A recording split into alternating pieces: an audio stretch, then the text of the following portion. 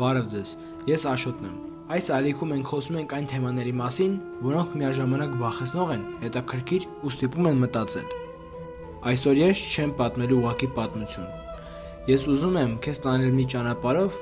որտեղ փաստն ու միստիկան խառնվում են իրար։ Ինչպես է հնարավոր, որ 4500 տարի առաջ մարդիկ կառուցեն հսկայական բուրգ, առանց ժամանակակից տեխնիկայի, եւ ինչու են հին քաղաքակրթությունները իրենց կառույցները կապել աստղերի հետ։ Սա պատահականություն է, թե ինչ-որ բան դեռ չենք հասկանում։ Այսօր մենք խոսելու ենք բուրգերի մասին աշխարհի տարբեր ծայրերում, բայց մի հավատա անմիջապես, լսիր, մտածիր, վերլուծիր։ Սկսենք ամենահին ու ամենախորհրդավոր կառույցից։ Եգիպտական բուրգեր։ Այս բուրգերը կառուցվել են մոտ մեր թվարկությունից առաջ 2560 թվականին։ Մոտ 2.3 միլիոն քարե բլոկ։ Յուրաքանչյուրը ուներ մինչև 50 տոննա քաշ։ Ամենահետաքրքիրը այն է, գրեթե կատարյալ ուղղվածություն ունի հյուսիս-հարավ եւ համընկնում է Օրիոնի գոտու 3 աստղերի դիրքի հետ։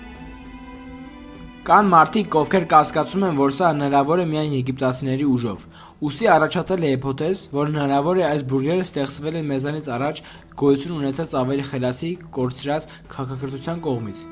Իսկ եգիպտացիները պարզապես օգտվել են դրանից իրենց մշակույթում կրոնական եւ քաղաքական նպատակներով։ Քաշը, ճշգրտությունը, ներսի անցքերն ու օդափոխանակության համակարգը թույլ չեն տալի միայն մարդկանց գործիքներով եւ աշխատանքի միջոցով կառուցվել այն նման հսկայական եւ ճշգրիտ կառույցներ։ Այս կորցրած քաղաքակրթությունը կարծես տիրապետել է այն գիտելիքին, որոնք մեզ համար թվում են անհնարին։ Նրանք գիտեն աստղերի դիրքը, մագնիսական դաշտի օրենքները եւ քարերի տեղաշարժելու նուրբ մեթոդները։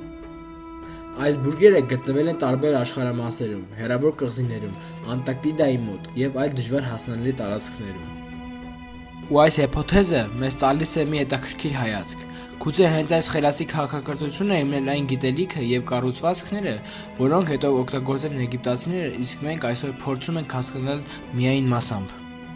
Հին քաղաքակրթությունները, եգիպտացիները, մայաները, սումերացիները բոլորը երկնքին հատուկ նշանակություն էին տալիս։ Նրանք չունեն հեռադիտակներ, բայց ունեին մաքուր երկինք եւ հազարավոր գիշերներ դիտելու ժամանակ։